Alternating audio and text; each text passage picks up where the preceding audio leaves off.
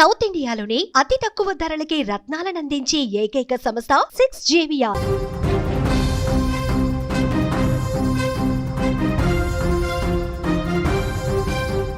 హైదరాబాద్లో మాదాపూర్లో అంజయ్య నగర్లో చోటు చేసుకున్నటువంటి ఒక ఘోర భవన ప్రమాదము ఇప్పుడు తీవ్ర దుఃఖాన్ని మిగిల్చింది. ఎందుకంటే ఈ భవనం కూలినటువంటి క్షణాల్లోనే ఆ చుట్టుపక్కల ఉన్నటువంటి ప్రజలందరూ కూడా బయటికి పరుగులు తీసినటువంటి సందర్భంలో ఇప్పుడు హుటాహుటిన అక్కడికి చేరుకున్నటువంటి పోలీస్ అధికారులు, అగ్నిమాపక సిబ్బంది కానీ మిగతా రెస్క్యూ టీం అంతా కూడా ఇప్పుడు ఆ శిథిలాలను తొలగించేటువంటి పరిస్థితి కొనసాగుతుంది. కాసేపటి క్రితమే జరిగినటువంటి భారీ భవన కూలిపోయినటువంటి ఘటనలో అనుకున్నట్టుగానే ఇక్కడ భారీగా నష్టమైతే చేకూరింది.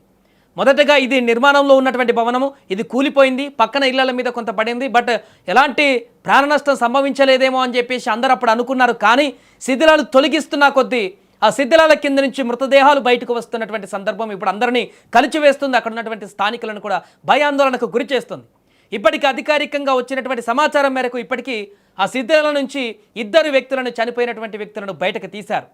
ఇంకా అసలు ఆ శిథిలాల కింద ఎంతమంది ఉన్నారు, భవన నిర్మాణం జరుగుతుంది కాబట్టి నిర్మాణానికి సంబంధించినటువంటి కార్మికుల లేక భవనానికి సెక్యూరిటీగా ఉన్నటువంటి వ్యక్తుల ఏం జరిగింది, ఎంతమంది ఉన్నారనేటువంటి విషయం అయితే ఇంకా బయటికి రావాల్సి ఉంది. ఒక్కసారిగా కుప్పకూలినటువంటి ఈ భవన వార్తకు సంబంధించి హైదరాబాద్లో జరిగినటువంటి ఈ ఉదాంతము రాష్ట్రం మొత్తాన్ని కూడా ఒక్కసారిగా ఉలిక్కిపడేలా చేసింది. ఎందుకంటే అది ఆల్రెడీ అంతకుముందే ఈ భవన నిర్మాణం జరుగుతున్నప్పుడే కేవలం 50 గజాల స్థలంలో ఈ యొక్క చిన్న స్థలంలో 7 అంతస్తుల భవనాన్ని నిర్మిస్తున్నాడు. 20కి పైగా ఫ్లాట్లు అందులో సమకూర్చినట్టుగా తెలుస్తుంది. యజమాని ఇంటి పక్కన ఉన్నటువంటి వారి వ్యక్తులు కొంతమంది మాట్లాడుతూ చెప్పడం జరిగింది. ఇంత తక్కువ స్థలంలో ఇంత హైట్ ఎలా నిర్మిస్తాడు, అది కూడా పక్కన చిన్న కాలువ ఉందని చెప్తున్నారు. కాలువ ఉన్నప్పుడు ఆ బేస్ అనేది కూడా ఈజీగా వంగిపోయేటువంటి అవకాశం ఉంటుంది. అటువైపు కాలువ ఉంటే అది లోతులో ఉంటుంది కాబట్టి పిల్లర్లు వేసినా కూడా కుంగిపోయేటువంటి అవకాశం ఉంటుంది. ఆల్రెడీ అక్కడ ఉన్నటువంటి స్థానికులు కొంతమంది ఇంతకుముందు చెప్పారు, వీరు అపార్ట్మెంట్ కడుతున్నప్పుడు తీసిన గోతులకే పక్కన ఉన్నటువంటి వేరే అపార్ట్మెంట్ ఈ స్థలానికి ఆనుకున్నటువంటి అపార్ట్మెంట్ గోడ కూడా ఆ యొక్క తీసినటువంటి బంధాలకు కుప్పకూలిపోయిందని చెప్పేసి చెప్తున్నారు. బట్ వాళ్ళు మళ్ళీ ఆ గోడ యజమాని కట్టించాడంట. బట్ ఇప్పుడు అదే రకమైనటువంటి అంటే ఒక రకమైనటువంటి ఇండికేషన్ అక్కడ ఆల్రెడీ కనిపించింది అంతకుముందే.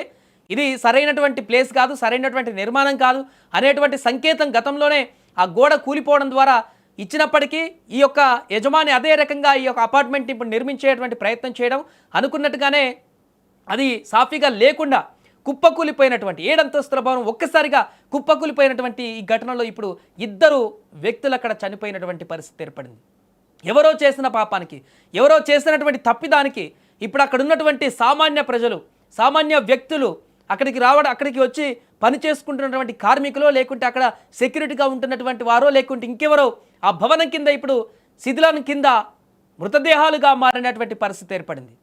2 చనిపోయి వారి డెడ్ బాడీలను ఇప్పుడు బయటకు తీశారు అధికారులు. ఇంకా శిథిలాలను వేగంగా తొలగిస్తున్నారు. ఎందుకంటే ఎవరైనా ప్రాణాలతో ఉంటే వారిని వెంటనే హాస్పిటల్కి తీసుకువెళ్దామని.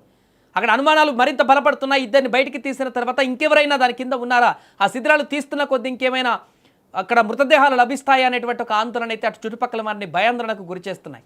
అసలు 50 గజాల స్థలంలో 7 అంతస్తుల నిర్మాణం పైన ఇప్పుడు ఆరోపణలు వినిపిస్తున్నాయి. నిర్మాణానికి అసలు అనుమతులు ఉన్నాయా, నిబంధనలు పాటించారా, ఈ అంశంపైన కూడా అధికారులు ఇప్పుడు దర్యాప్తు చేస్తున్నారు. దానికంటే ముందైతే ప్రస్తుతం అక్కడ రెస్క్యూ ఆపరేషన్ని కొనసాగిస్తున్నారు.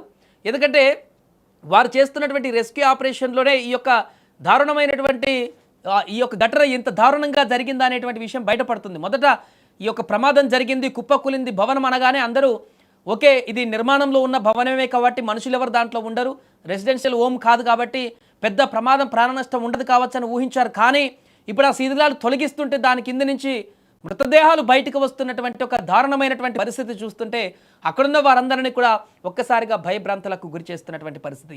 శిథిలాలు తీస్తున్న కొద్దీ మొదట ఒక మృతదేహం బయటకు వచ్చింది, ఆ కాసేపటి తర్వాత ఇంకొన్ని శిథిలాలు తొలగిస్తే ఇంకొక మృతదేహం బయటకు రావచ్చినటువంటి పరిస్థితి.